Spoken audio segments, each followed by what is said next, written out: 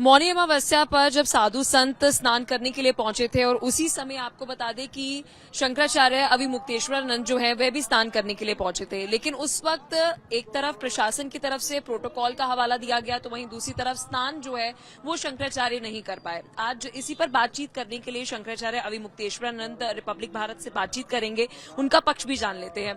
कल आप एक बारी विस्तार से बता पाए कि क्या हुआ था, क्योंकि प्रशासन ने तो अपना पक्ष रख दिया है, लेकिन आपका पक्ष क्या है कि क्या हुआ था उस समय? ऐसा है कि 12 बजे की प्रेस कॉन्फ्रेंस में हम विस्तार से बता चुके हैं। आपके जो प्रतिनिधि आए हैं आप उनसे विस्तार से समझ लीजिए। अभी हम संक्षेप में आपको बता देते हैं कि 40 वर्षों से त्रिवेणी संगम में हम स्नान करते चले आए हैं। 3 वर्ष पहले से हमारा ज्योतिषपीठ के शंकराचार्य पद में अभिषेक हुआ।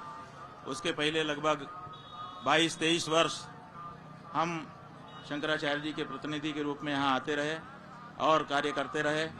कभी हमारा कोई धार्मिक महात्म्य कम नहीं था और प्रतिवर्ष हमारे त्रिवेणी मार्ग के शिविर से निकलकर 2 नंबर का पुल पार करके संगम जाते रहे और वहाँ से स्नान करके 1 नंबर पुल से लौट करके खाक चौक होते हुए वापस आते रहे।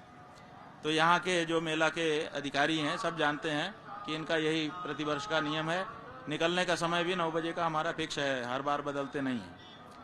सब भक्तों को भी वही पता है कि इसी समय, परिकरों को भी वही पता है कि इसी समय चलेंगे। जब पहले हम पैदल ही जाते थे सबके साथ और दर्शन स्नान करके आते थे। फिर जब हमारा पीठ पर अभिषेक हुआ, ज़्यादा लोगों ने हमको जाना, तो हम जब गए पैदल चल के स्नान करने के लिए तो हमने देखा कि बड़ी भगदड़ हो रही है। जैसे ही भीड़ में हम गए तो किसी ने जयकारा वगैरह कोई ना कोई देख के लगा ही देता है। उसको सुन करके लोग समझे करे शंकराचार्य जी आए हमारे बीच में, तो लोग दौड़ पड़े कि छू लें, देख लें। उसके कारण हमने देखा कि जो लोग बैठे थे या कपड़ा वगैरह बदल रहे थे उनको धक्का मुक्की होने लगी। तो हमको देख करके अच्छा नहीं लगा। हमने लौट करके कहा कि भाई अब अपने लोगों को कुछ इस बारे में करना पड़ेगा। तो हमारे ब्रह्मचारी सहजानंद जी हैं, उन्होंने कहा कि आपको पालकी पे ले चलेंगे जैसे शंकराचार्य जी को परंपरा में ले जाया जाता था। पालकी में जब आप रहेंगे तो दूर से ही लोग देख लेंगे तो कोई भगदड़ नहीं मचेगी।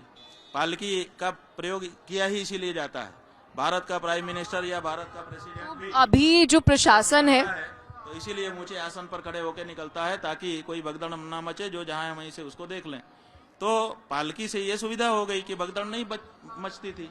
तो हम लोग पिछले 2 वर्षों से उसमें जाने लगे। इतनी सी बात है। तो अब हमको कह रहे हैं कि पालकी से नीचे उतरो। आप बताइए कि शंकराचार्य को पालकी से नीचे उतारने का आदेश देने का अधिकार प्रशासन को कहां से आ गया? ये तो अपमान है। तो अपमान क्यों हमारा किया गया? हमने इसी का प्रतिकार किया। उसी पर उन्होंने सबको मारा पीटा और हमारे साथ ये व्यवहार किया। अभी जो बात रखी जा रही है प्रशासन की तरफ से और जो अलग अलग आपके भक्तजन आपको मानने वाले हैं, जो संविधान को भी मानने वाले हैं, वो कह रहे हैं कि प्रशासन नियम कानून तय करेगा या फिर जो आपके सहयोगी आपके साथ हैं या आपको जो साधु संत आपके साथ है वो कानून और किस तरीके से प्रोटोकॉल होगा उसके तहत चलेंगे। आपने अभी ये बात बताई कि वहां पर आपके ही साथियों ने सलाह दी कि आपको पालकी पर जाना चाहिए, तो कानून तय करेगा, संविधान के तरह तय होगा प्रोटोकॉल या फिर आपके साथ ही तय कर? ऐसा है कि शंकराचार्य कैसे चलें ये भारत का राष्ट्रपति, प्रधानमंत्री या कोई अधिकारी नहीं तय करेगा। ये तो शंकराचार्य और शंकराचार्य का मठ ही तय करेगा और वो अपनी धार्मिक परंपराओं के अनुसार ही तय करेगा। तो हम लोग तय करते हैं, उसको प्रशासन को सूचना दे देते हैं। सूचना हम लोग देते हैं उनको ताकि व्यवस्था बना रहे हैं उनको जानकारी में रहे, इतना हम लोग करते हैं। लेकिन वो जो ये कह रहे हैं कि अनुमति नहीं ली, तो ये गलत शब्द का प्रयोग कर रहे हैं। गंगा स्नान के लिए, यमुना स्नान के लिए, संगम तीर्थ स्नान के लिए किसी से अनुमति लेनी पड़े, ये गलत शब्दावली है, इसको नहीं बोला जाना चाहिए। उनकी तरफ से ये बात रखी गई है कि अनुमति स्नान के लिए नहीं, कि किस तरह से स्नान के लिए जाना है उसको लेकर एक अड़चन आ रही थी, क्योंकि कल 450 करोड़ तक सनातनियों ने स्नान किया। बहुत भीड़ थी, मैं भी वहां पर मौजूद थी।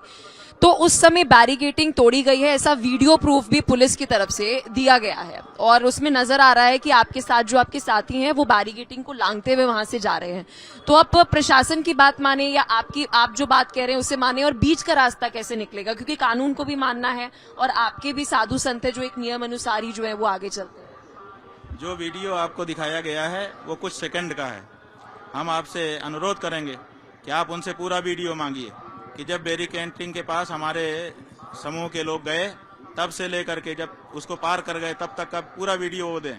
आप पूरा वीडियो जब देखेंगे, जो हमने अपनी आंखों से देखा है, आपको बता रहे हैं, तो आपको दिखाई देगा कि जब हमारा काफिला यहाँ से निकल करके पुल नंबर 2 पर गया जहाँ बैरिकेडिंग थी, तो हमारे काफिले को हम लोग नहीं चला रहे थे, एक पुलिस का अधिकारी चला रहा था, जिसकी ड्यूटी, उसने बताया कि हमारी ड्यूटी लगी है आपको संगम तक ले जाने की, तो वो यहीं शिविर से ही ले जा रहा था।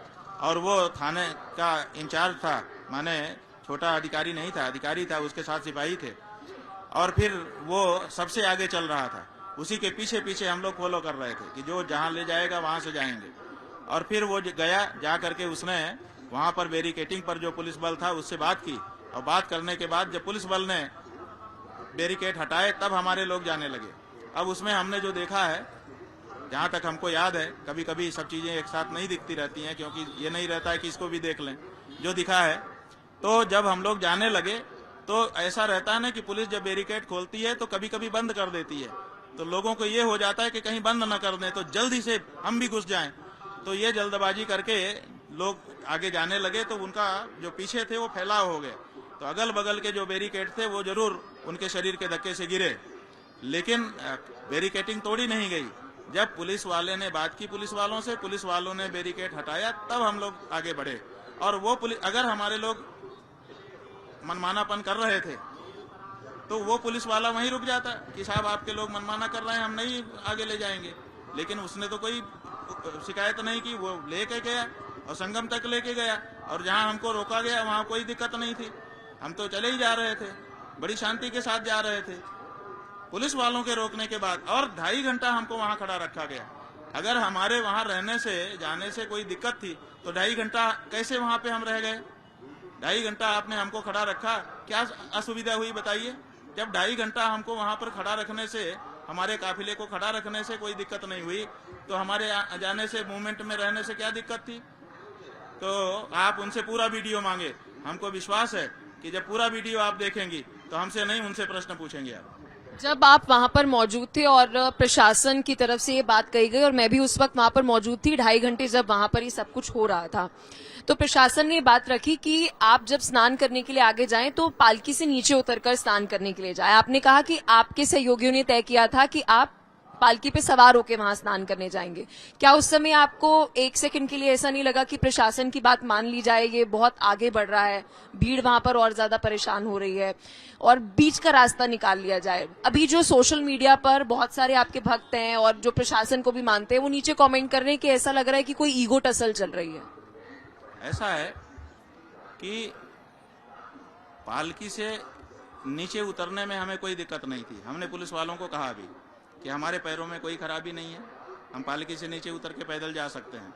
लेकिन जहां तक पालकी सगमता से जा रही है, आप क्यों रोक रहे हैं?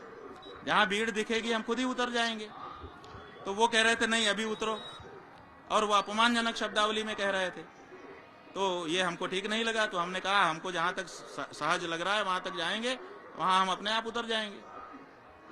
तो विवेक शक्ति उन्होंने क्यों लगाई नहीं? बाद में आप अगर वहां थी तो आपको पता होगा, बाद में हमने कहा कि जहां वो प्रेस की जो अंतिम कार खड़ी है वहां तक हम जाएंगे, वहां उतर जाएंगे, लेकिन वहां तक उन्होंने नहीं जाने दिया। हमने तो बता भी दिया था जगह भी कि वहां तक हम जाएंगे, उसके बाद उतर जाएंगे। आपके कहने से नहीं उतरेंगे, क्योंकि आप अपमानजनक भाषा में बोल रहे हैं। हमारा जहां मन होगा वहां उतर जाएंगे, और ये नहीं बताया जाता कि हमारा कहां मन होगा। लेकिन आप देखिए, व्यवस्था में सहयोग करने की दृष्टि से हमने बता भी दिया कि वहां तक हम जाएंगे, वहां उतरेंगे। इसमें क्या समस्या थी उनको?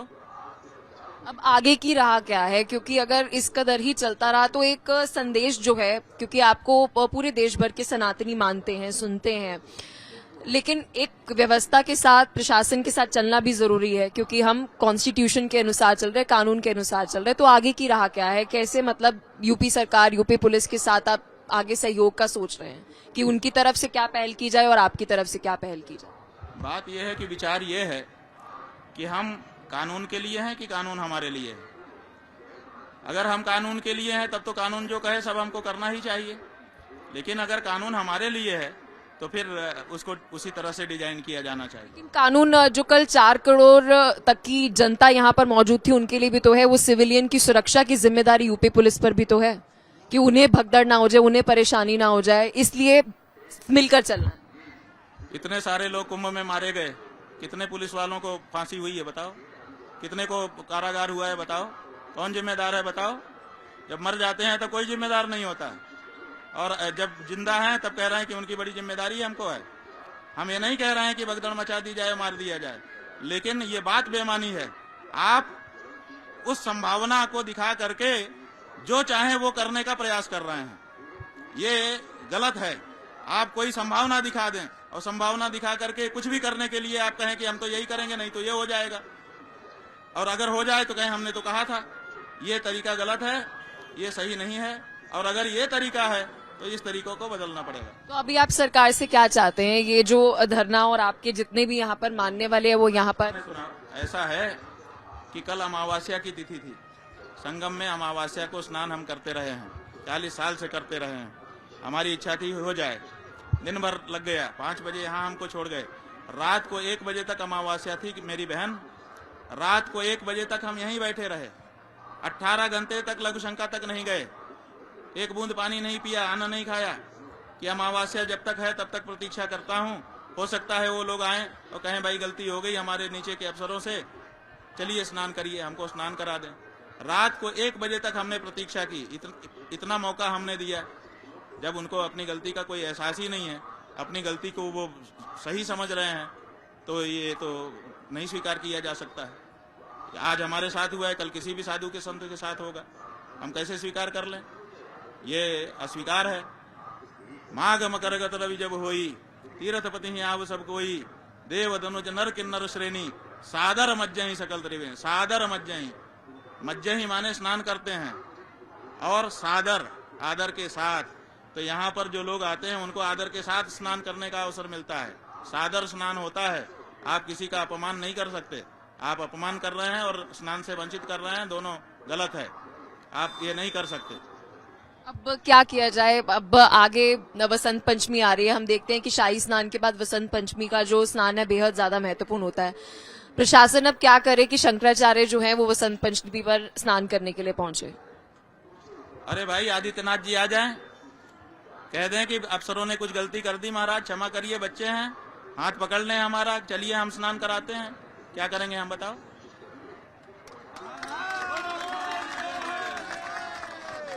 तो देखिए, शंकराचार्य जी का ये कहना है कि प्रशासन के साथ उन्होंने तालमेल बिठाने की पूरी कोशिश की थी, और अभी जब मौनी अमावस्या के बाद वसंत पंचमी का जो स्नान होगा, स्नान वो करना चाहते हैं, उसकी प्रतीक्षा भी कर रहे हैं, और उसके लिए वो चाहते हैं कि सीएम योगी आदित्यनाथ का सहयोग जो है वो उन्हें मिले। वीडियो जर्नलिस्ट अभिषेक के साथ पलक सहगल, रिपब्लिक भारत के लिए।